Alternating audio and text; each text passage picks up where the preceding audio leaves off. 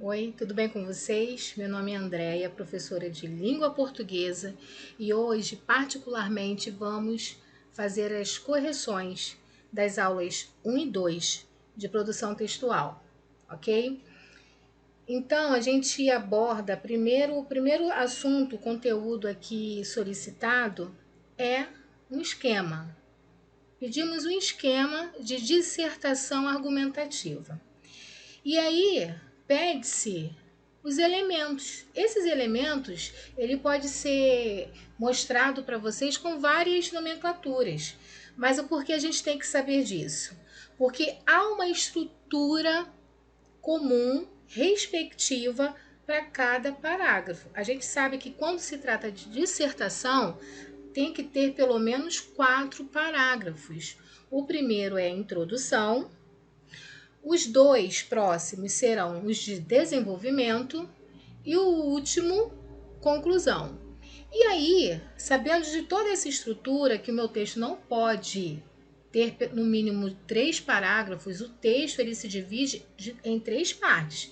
Mas quando se trata de parágrafos, o que é desenvolvimento, ele vai ter que se dividir em 2, tá bom?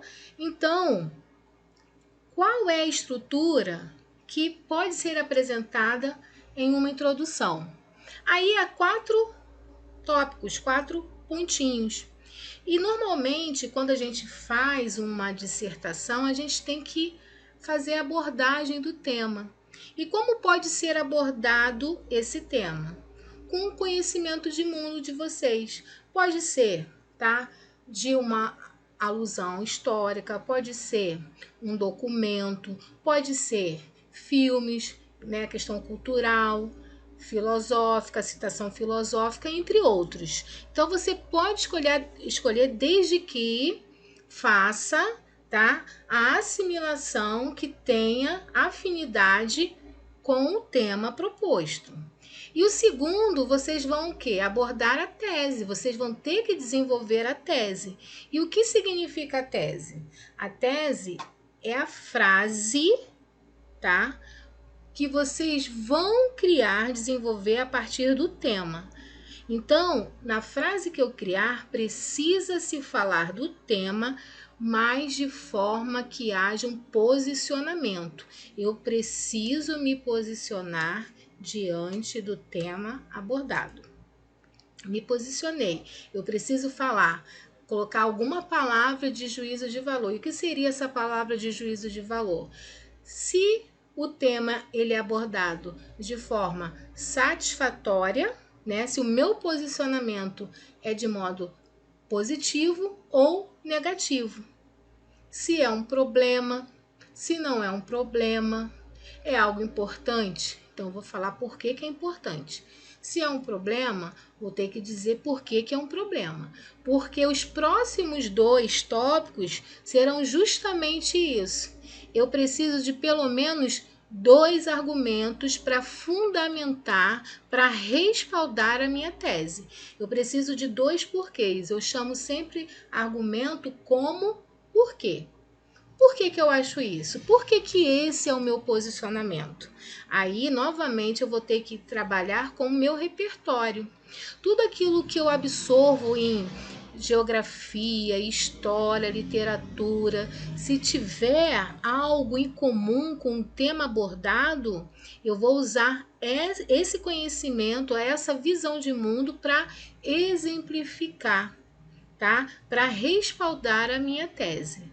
Então, recapitulando aqui com toda a bagagem que vocês estão adquirindo e já adquiriu durante o ensino fundamental e médio de vocês, tá? Dependendo do tema, você vai escolher o seu repertório e utilizar aqui numa dissertação argumentativa.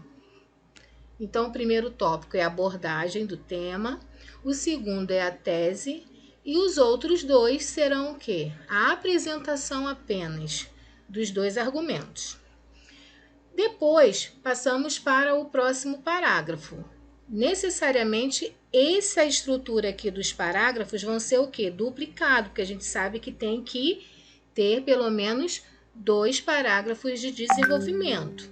E aí a gente vê que esses 2 parágrafos de desenvolvimento, normalmente, o que você apresentou lá na introdução vai ser o que você vai desenvolver em todo o parágrafo. Para isso, eu preciso ver lá o que foi apresentado aqui no meu primeiro argumento. Eu vou ter que criar um tópico frasal, colocando um posicionamento, porque eu vou ter que reafirmar aquilo que eu estou dizendo sempre. Eu sempre vou retomar a minha introdução, porque a introdução ela é tida como um resumo de todo o meu texto, ok? Fiz o tópico frasal, que é o meu primeiro tópico, eu vou aqui, ó, ampliar. Isso aqui eu poderia dizer como ampliação, poderia dizer como aprofundamento, tá? Porque eu vou ter que me aprofundar nesse tópico aqui, nesse meu primeiro porquê aqui que eu disse em relação à minha tese. Então, eu preciso aqui me aprofundar. E como é que eu vou me aprofundar? Novamente, eu vou usar uma citação, eu vou usar um conhecimento de mundo em qual área? Entendeu? Eu posso usar dados estatísticos? Sim, mas o que eu quero que vocês entendam? Que esses 3 tópicos aqui podem até ser acrescentados, porque você pode primeiro respaldar, aqui ampliar, depois você vai exemplificar, mas eu quero que vocês saibam que não fica só por aí, você precisa fazer a conclusão desse parágrafo. Todo finalzinho de parágrafo precisa ter ideia de conclusão. Então, eu preciso finalizar cada parágrafo com aqueles conectivos de conclusão, de ideia, tá? Não vai ser conclusão final do texto, porque isso aí vai pertencer ao parágrafo de conclusão. Mas, por exemplo, lá na introdução, eu tenho que terminar o último período iniciando ali com conectivo de conclusão. Sendo assim, no outro, então, no outro, logo, entendeu? Porque senão meu texto não fica coeso, não fica coerente, tá? Isso aqui é só as primeiras observações para a gente conhecer um pouquinho a estrutura textual, ok? E tratando-se da conclusão, aqui nessa conclusão, eu vou ter que abordar, tá, a reafirmação do tema. Eu vou ter que reafirmar o que eu disse ali na minha tese, juntamente com a abordagem que eu citei aqui para abrir, para introduzir todo o assunto que eu iria, né, desenvolver, que eu vou desenvolver. Isso aqui é a reafirmação do tema. Então, eu sou obrigada a reafirmar o tema. Eu tenho que dizer aqui, ó, o tema. Eu tenho que colocar o tema aqui, reafirmando, dizendo com outras palavras aquilo que eu estou, né, me referindo em todo o tempo, aquilo que eu acredito, aquilo que eu estou me posicionando, que estou defendendo na minha tese. Reafirmei o tema? Ok, é bem simples. Aí eu vou ter que vir com a minha proposta de intervenção, tá vendo? A proposta de intervenção viria aqui embaixo. Então, vocês podem aí explicar, tá bom? Vocês vão colocar em cada linhazinha aí o que seria cada tópico, tá? Na construção de cada parágrafo. Reafirmação do tema aqui na conclusão, depois a proposta de intervenção detalhada. Mas, professora, como seria essa proposta de intervenção detalhada? Isso mais para frente a gente vai trabalhar. Tem outras questões também mais importantes para falar, né, sobre a questão da linguagem empregada, aquilo que você pode e não pode fazer no texto dissertativo argumentativo, tá bom? Mas é só para deixar um pouquinho assim mais consistente essa informação de proposta de intervenção.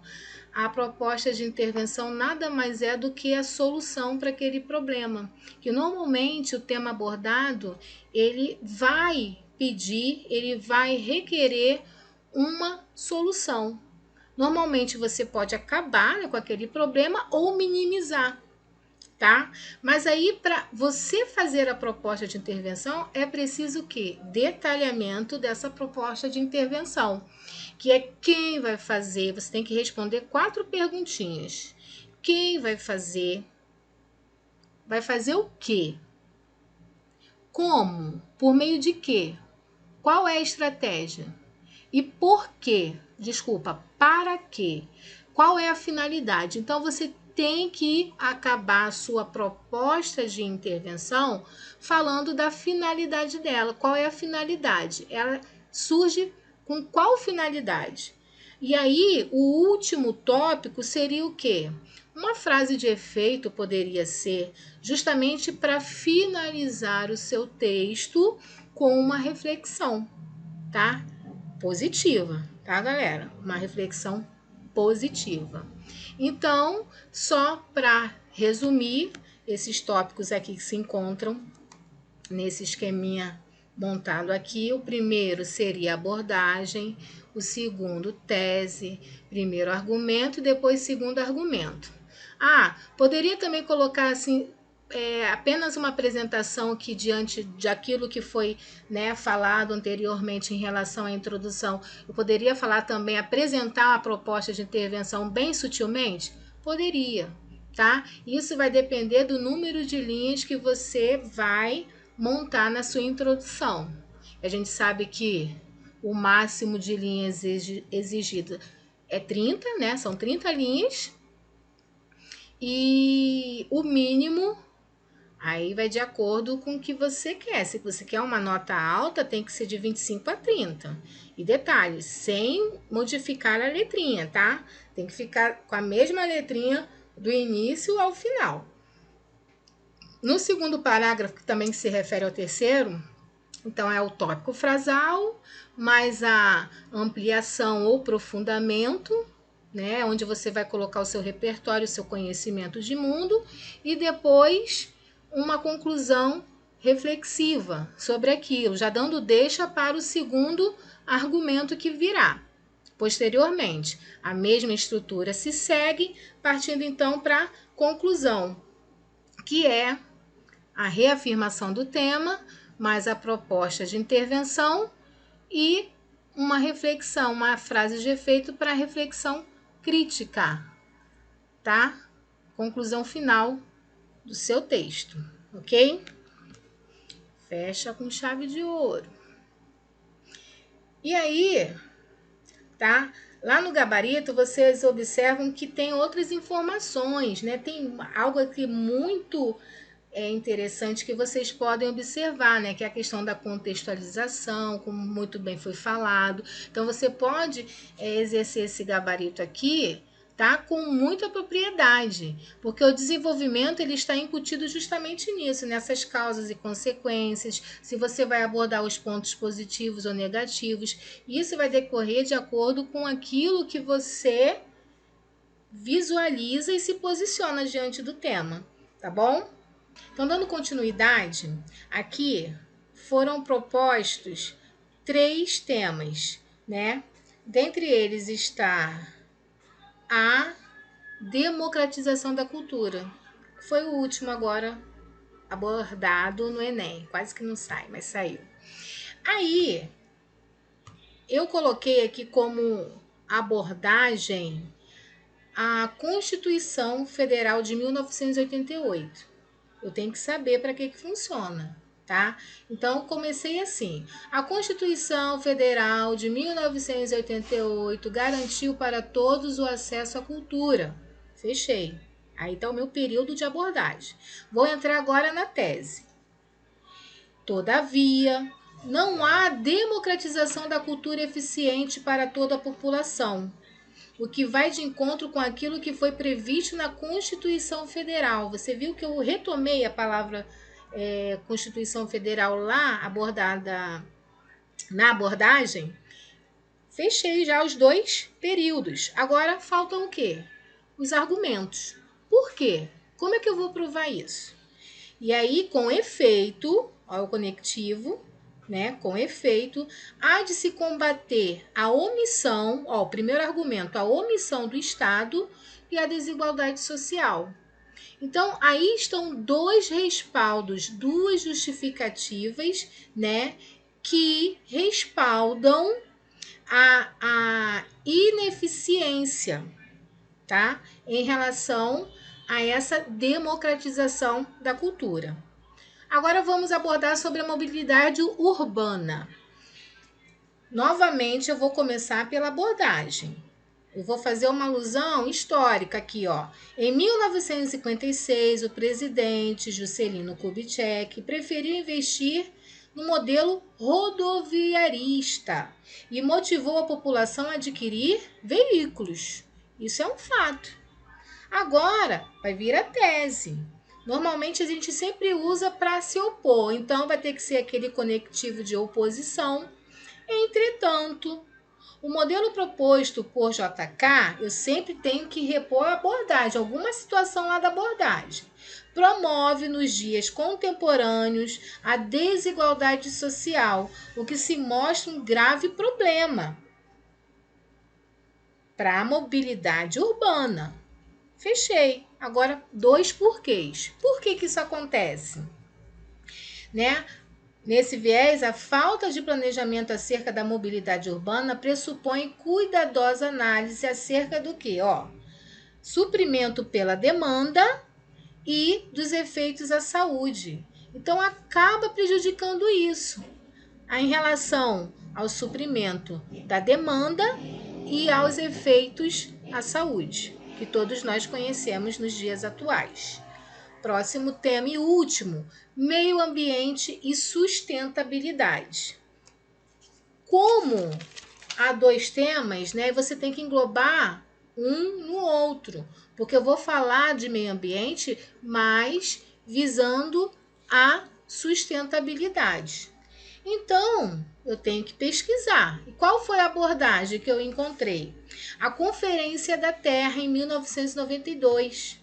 Sediada no Brasil. Foram desenvolvidos os 3 R's, vocês sabem? E detalhe, gente, esses repertórios vocês podem utilizar em quaisquer outros, desde que tenha fundamentação naquilo que você está dizendo, se propondo a desenvolver, tá? Os 3 R's significam o quê? Reduzir, reutilizar e reciclar. E isso é um ótimo repertório que vocês mostram para a banca. Fechando isso, eu vou ter que colocar o quê? Entretanto, né? Ou poderia ser mais, porém. Só que o mais está pobrezinho. Eu posso melhorar o meu vocabulário, né? Utilizar outros do mesmo significado. Entretanto, a população se mostra incapaz de entender a importância desses 3 R's e representa um grave problema contemporâneo. Nesse viés, o que acontece? Há de se desconstruir as consequências nocivas à saúde e da inércia das autoridades. Gente, vocês podem observar, eu posso usar o mesmo esqueletinho, não conta para ninguém, mas só mudar o quê? O conhecimento de mundo. Para isso eu preciso todas as aulas de geografia, de história, aquilo que eu sei que eu posso utilizar numa redação minha, eu tenho que me aprofundar nesses assuntos, nesses conhecimentos. Espero que tenha ajudado. Até a próxima, se Deus quiser.